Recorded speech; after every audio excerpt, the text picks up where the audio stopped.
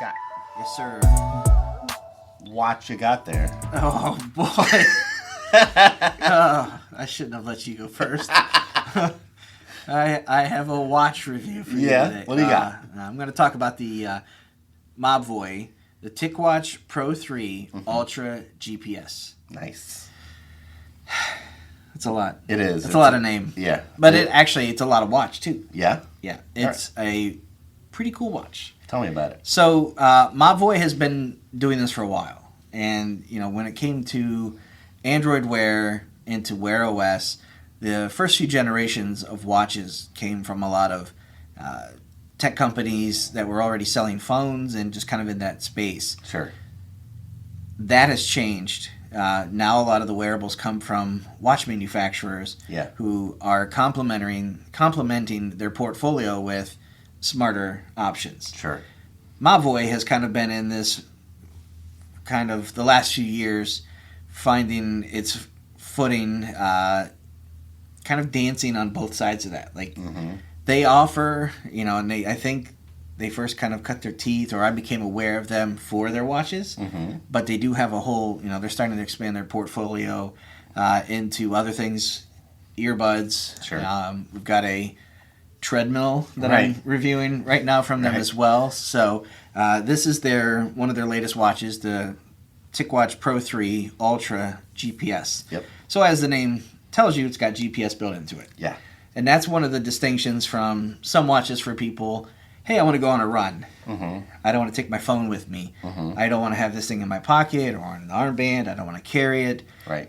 GPS standalone that lets you do that, track those runs. Right. Without having to, it's not GPS assisted. Right. So that's a big selling feature for some people. Absolutely. Yeah. So if you're on the fence and you're like, oh man, I don't really know, that's a big deal to me. I go for bike rides or I go for, long runs and I want to track that. Do you want to carry your watch with you? Are you putting it in a hip pouch or in a backpack with you? Like if you want to leave the phone behind, you got to get something with GPS. Right. So this ticks one of those boxes right away for people. Yeah. This also has, I don't know if you can tell from this video, I know we took some pictures and some other stuff.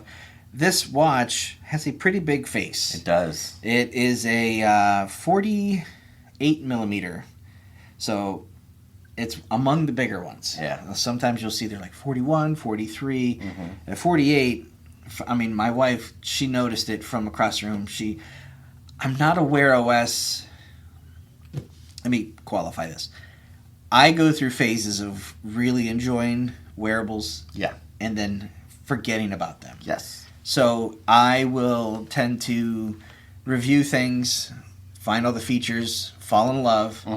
It'll come off, I'll charge it, and then maybe that day I didn't need to wear it or I had to do something. I'm maybe working in the garden or laying mulch or doing something. I don't need the watch today, and then I didn't grab it tomorrow, and all of a sudden I'm just not wearing it again. Yeah. Like, well, I didn't really miss it, so. And one of the first things I do when I get them is I tend to turn off all of the notifications. Completely bypassing all the smart stuff that goes with it. Yeah. And I don't know why I do that. I don't know if I'm an exception to the rule or if I'm kind of like other people. I can't really wear this if I'm at the gym, like lifting weights and things. That's not going to work. Sure. If I'm doing any types of weird movements, I don't want to break this thing. But I don't feel like I'm going to at all. This is a very strong watch. Yeah. This is a IP68 rated. Wow.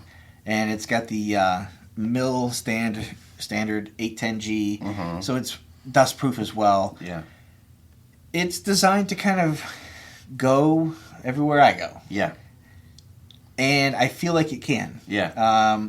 I'm kind of conditioned to take it off at the gym, put it in a locker, put it back on right away. Kind of defeats the purpose of some of its features, though. Sure. If I'm not going to the gym, but I'm just like walking around, living, doing all my other stuff, then it's something that, tracks my steps, tracks my sleep, tracks my heart rate. I can track exercises on here. So if I am just going to go for a walk or a run, there are some great features, and it's very easy to kind of go in and set that. I don't know if you can see, it's got like a green kind of backlight. Yeah. That's a cool feature that you don't see in a lot of watches, and this is what lets you kind of get a much better battery life. Oh, okay. For me, I'm using a watch, check the time. Right. I just want to see what it is, so I can see that without actually... You don't have to actually turn it on or... Right, so when I do that, it's kind of like... allows me to kind of sip at the battery.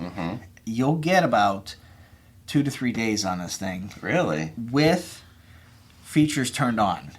Wow. It truly, and that's like with heart rate, Wi-Fi, notifications, sleep tracking. There's blood oxygen tracking or monitoring.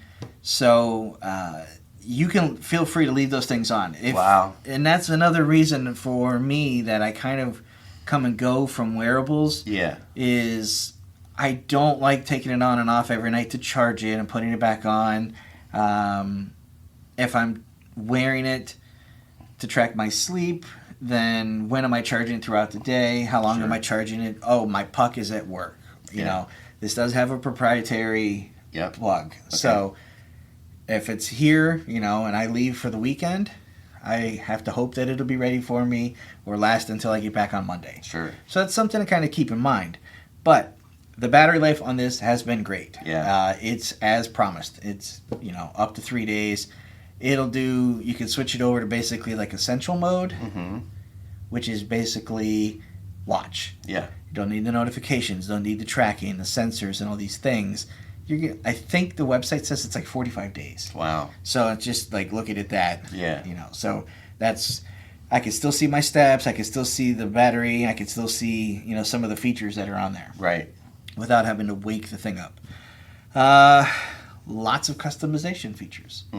This watch lets you go in and kind of change, you know, Wear OS has that, but then there is a companion app that you can get from Mobvoi that lets you kind of take things a little bit further and control that. There are 2 hardware buttons on here, so you can kind of say, what do I want this one on the bottom to do? For me, I just do that, and it's just going to check my pulse. Nice. And I can change that to a calendar or a calculator or Google Pay. So that's customizable. The buttons feel nice. Yeah. There is some knurling, like along the edges of the... are they dials? I'm trying to think of the word right now. Yeah, I guess so. So there's both of those. And then along the edge of the case, I like that it also has the knurled edges. And there's like a semi-gloss kind of, you know, it's a sharp-looking watch. It's a sharp-looking watch, even though it's all black. Yeah. And that's something that it's easy to make a watch look utilitarian and boring if it's all black. And with the straps, you know, these are, you know, they're easy to clean, they're easy to take off. Yeah. If you need to replace them, you know, they just pop right off. Sure. Nice and simple. They didn't really reinvent anything with this watch. They kind of took everything that, you know, you want or hope to see in watches, and they just kind of delivered on it. Yeah. You know, it's a great watch for pretty much all aspects of life. There are some features built into it that you can go to if you want to, you know, focus on your breathing. If you want to just kind of de-stress, there are some different functions in here. You can do exercises, you can track sleep, your oxygen, you can do your alarm. Now the alarm, I don't set the alarm on here. I did see some feedback online from different people that when they use the alarm, they have to completely turn the watch off. I have to check. Okay. I don't want to speak to that. Sure. But I have seen a couple instances where that was part of the experience. And my understanding was they kind of pushed back and said that's a Wear OS thing, not so much a Mobvoi or UI feature. Okay. Hardware-wise, this has, you know, pretty much all of the hardware that you would expect. The display size, you know, it's a 1.4-inch screen. I've got resolution down at 454 around. Yeah. It's got 1 gigabyte of RAM, 8 gigabytes of storage. It has a microphone, speaker. I mean, it's got pretty much all the things that you look for in a watch. Yeah. If you are looking for things and you're looking at bullet points and specs, that's something that this one can kind of tick a lot of those boxes. Sure. off. Now that's one thing I've noticed in wearables that I've used is as you have more of the smart features turned on, whether it's the notifications or calendar sync or some phone call stuff or things like that, as you have more things going, more processes going, the watch seems to slow down or have a little bit of a hiccup. Have you noticed anything like that? I have not. Now, this has Wear OS, I believe, 2.3. Wear OS 3 is coming. Yeah. So that is something to kind of consider if you have to have or want to have that. It doesn't have it yet. Sure. But it is due, I would imagine, here shortly, I think in the spring. Nice. I haven't had any, issues of performance. I haven't seen anything where it's like lagging. Some of the older phones that had or watches that had 512 megabytes of memory, it became noticeable over time. Again, now I haven't installed too many third-party things. Sure. I have turned off some of my notifications. Sure. I did, one of the things with my phone is I'll put a lot of things on silent notifications, and I was getting vibrations on my wrist of things, and I'm like, now I'm hyper aware of every little thing that I thought I was kind of passively receiving. But you can dial that down. One of the cool things I recognized in the initial setting up is after wearing it for a little bit, I wanted to go in and change some of those. Like, I don't need to know Facebook comments and Instagram likes and some of these things, or that somebody was at my doorbell. Sure. Some of that I can leave on my phone. So when you go in, you can dial, toggle off all of the different apps. Of what actually gets sent to the watch. And Nice. the thing that I liked was at the top, it was like recent apps. And it was like a whole list of all the things that have recently Notified you? Yeah, so Nice. I turned that off and basically said, I don't want to receive any of these things. Yeah. And now some things kind of like squeak through, and it's like, what app is that? Yeah. Then I'm getting a notification. Then I can go in and say, nope, I don't want any more of that telling me Nice. or notifying me. So I do like the customization, the software side of that as well. So what does this thing come in at? So the TicWatch 3, if you want to pick one up, you can go to Mobvoi's website and pick up this version in all black right now for about $254. Okay. And then they also offer 6 payments if you want to spread that out. Okay. At about $42 a month. That's pretty much in line with most smart wearables right now. Yeah. Obviously, there's a lot of conversation around. It's kind of, for a lot of people, it's Apple. Yeah. Apple Watch, and that's pretty much it for them. Wear OS is a different animal. If you are doing a Fossil or a diesel watch or something like that, it's maybe a little bit more fashion forward. This one, there is nothing flashy about this thing, and I kind of like that. Yeah. When it comes to the straps, if I want to, I could pop these off and put on something that's going to fit that nice and easy, and that's going to change the full aesthetic of this. Sure. The silicone, the bands clean up nice. Yeah. But I would imagine, like, if I'm going out to dinner or going to an event or something, that I may not want to look like it's my fitness band or something like that. Sure. Nice. Yep. So that's the Mobvoi TicWatch Pro 3 Ultra GPS. Thanks, Scott. Thank you.